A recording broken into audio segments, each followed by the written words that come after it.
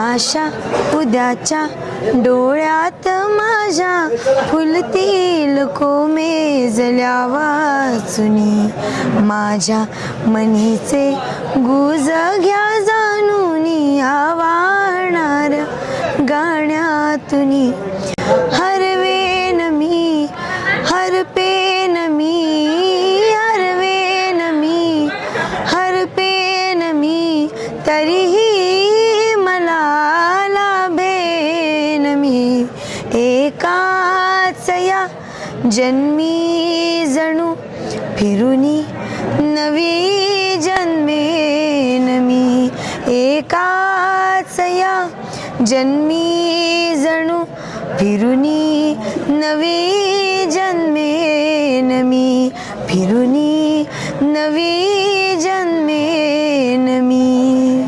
नमस्कार, मी रायचंद शिंदे आणि हा गोड आवाज होता एका जिल्हा परिषद भावी सदस्याचा.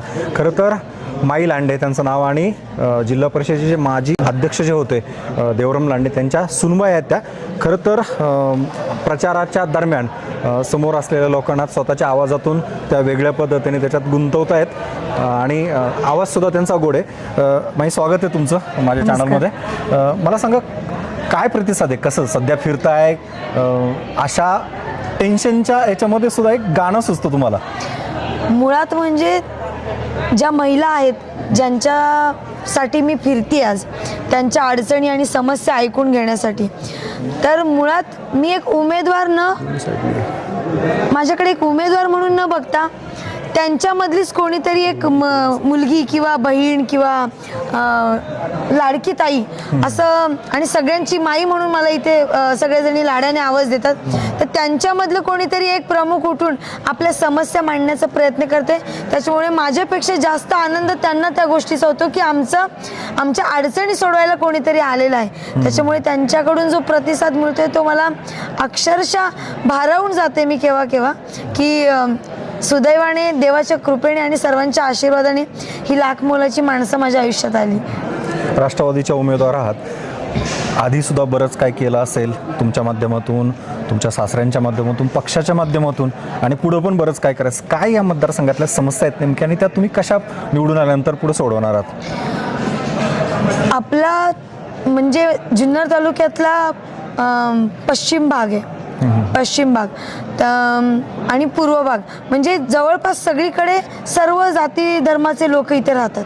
पण या पूर्ण भागामध्ये पाणी असेल आणि रस्ते असतील, आरोग्य असतील, या सगळ्या गोष्टींच्या अडचणी खूप आहेत. कारण परिस्थिती खूप गरीब आहे. इथे जास्तीत जास्त आदिवासी लोक राहतात, त्यांची परिस्थिती हालाकीची नाही, आणि महिला आपल्या ज्या आहेत त्या बनकर फाट्यावर मजुरीने कामाला जातात. त्याच्यामुळे त्यांच्यासाठी जिल्हा परिषदेमार्फत मला रोजगाराची संधी उपलब्ध करून द्यायची, म्हणजे बचत गटामार्फत असो किंवा जर सगळ्यांच्या साथीने राष्ट्रवादी काँग्रेस पक्षाने जी मला संधी दिली त्यांना सर्वांना विचारात घेऊन जर मला संधी मिळाली आपल्या भागामध्ये एखादी MIDC किंवा कोणता उद्योग उपलब्ध करून देता येईल सगळ्यांसाठी, तरुणांसाठी, तर मला आपण थोडं पुढे जाऊया आपण. कारण राज्यातला एकमेव पर्यटन तालुका आहे आणि तो तुमच्या मतदारसंघातलं सगळ्यात मोठं मराठीला वैभव मिळून देणारं नाणेघाट आहे. त्याच्याकडे जाणाऱ्या रस्ता असेल किंवा इतर काही सुविधा असतील, त्याच्यात जिल्हा परिषदेच्या माध्यमातून तुम्ही कसं काम करणार असं? कारण रोजगार निर्मितीसाठी याच माध्यमातून अनेक गोष्टी करता येणार. जुन्नर तालुका हा पर्यटन तालुका म्हणून आहेच, पण तरुण जे म्हणजे जुन्नर तालुक्यातले ग्रामीण भागातले तरुण जे बाहेर फक्त नोकरीनिमित्त जातात, आणि आपल्या भागात माझी हीच विनंती आहे सगळ्यांना, आपले सर्व राजकीय पक्ष असतील, की या भागातल्या तरुणांनाच इथे संधी दिली जावी. कारण बाहेरची लोक येऊन या भागामध्ये काम करतात ते, म्हणजे प्रत्येकजण आपापल्या पोटा पाण्यासाठी करत असतो, पण या गोष्टीमुळे ही कमतरता जाणवते की माझेच तरुण बेरोजगार बसलेले आहेत, तर कुठेतरी त्यांना सुद्धा रोजगार उपलब्ध झाला असता, पण तो मिळत नाही. भविष्यामध्ये मला आपल्या राज्याचे उपमुख्यमंत्री असतील अजितदादा पवार साहेब असतील, आपले जुन्नर तालुक्याचे माजी आमदार अतुलदादा बेनके साहेब असतील, यांनी माझ्यावर विश्वास दाखवलाय. त्यामुळे महिलांमध्ये काम करण्याची माझी इच्छा आहे, त्यांच्या समस्या सोडवण्याचा मी प्रयत्न करत आहे. त्याच्या बरोबरीनेच मला तरुणांसाठी प्रेरणास्थान बनायचे का त्यांच्यासाठी सुद्धा काहीतरी चांगलं करायचे. मुळात हे मी एक राजकीय क्षेत्रात आली म्हणून नाही, हा माझा पूर्वीपासून म्हणजे जेव्हापासनं मी जाणती झाली तेव्हापासनं मला समाजसेवेची आवड आहे, कारण माझे वडील शिक्षक आहेत आणि आई ग्रामसेवक आहे.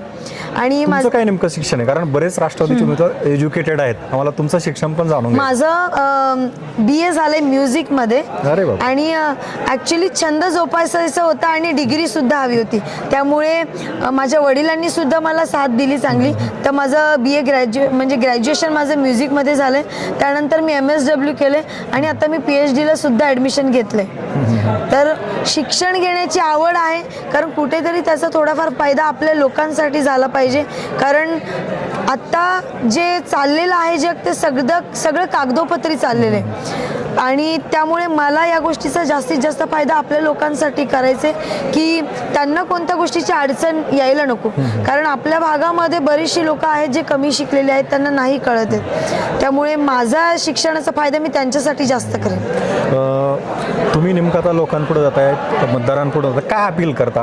का लोकांनी तुम्हाला मतदान करावं? कारण मला माहिती आहे ज्या निष्ठेने आणि जी नीतिमत्ता साफ ठेवून मी त्यांच्यासाठी काम करेन, दुसरं कोणी नाही करू शकणार. मुलाखत संपवतो मी. पुन्हा एकदा आम्हाला या गोड आवाजाचं एक रहस्य आणि एक गाणं तुमच्याकडनं पुन्हा एकदा ऐकायचं. आत्ता म्हणाला तर चालेल. चालेल. सगळ्यात म्हणजे जाता जाता मी एकच सांगेल, तुम्ही माझी मुलाखत घेतली, मला खरंच माझी पहिलीच वेळ आहे. म्हणजे मी देत राहते, बोलत राहते, मला आवडतं बोलायला, पण इतकं पॉझिटिव्ह रिस्पॉन्स येतो तुमच्या सगळ्या लोकांकडून की आम्हाला पण काम करण्याची उमेद अजून जागी होते. की जो रिस्पॉन्स सगळ्यांकडून मिळतोय, तुम्हाला पत्रकार बंधूंकडून मिळतोय, खरंच ही चांगली गोष्ट आहे. आणि जाता जाता मी नक्कीच तुमचा शेवट गोड करून जाणार आहे. मी तुमच्यासाठी, तुम्ही मला अगदी लहान बहिणीसारखी किंवा माझ्या अगदी फ्रेंडली, तर त्याच्यासाठी मी एक गाणं तुमच्यासाठी म्हणून जाईल जाता. वाट चुकणार नाही जीवनभर तुझी, वाट चुकणार नाही जीवनभर तुझी, एक तू मित्र कळारशा सारखा, मित्र वणव्यामध्ये गारव्या सारखा, दुःख अडवायला उंबरा सारखा, दुःख अडवायला उंबरा सारखा, मित्र वणव्यामध्ये गारव्या सारखा, मित्र वणव्यामध्ये गारव्या सारखा, मित्र वणव्यामध्ये गारव्या सारखा. नक्कीच नक्कीच नक्कीच धन्यवाद तुमचे. आणि खरं तर प्रेक्षक मित्रांनो, आपल्याला माहिती आहे जिल्हा परिषदेमध्ये अनेक आवाज जात असतात. काही मोठे आवाज असतात, काही छोटे आवाज असतात, काही दणानून सोडणारे आवाज असतात, काही कामाच्या माध्यमातून ठसा उमटवणारे आवाज असतात. पण असा एक गोड आवाज, कामाचा आवाज तुम्हाला सुद्धा जिल्हा परिषदमध्ये पाठवायचा आहे. आणि त्यासाठी माईताईंना, तुम्हाला सुद्धा या मतदारांना, या विभागातल्या या गटातल्या मतदारांना त्यांना साथ द्यायला नक्कीच साथ दिली पाहिजे, असंच मी या निमित्ताने आवाहन करतोय. धन्यवाद.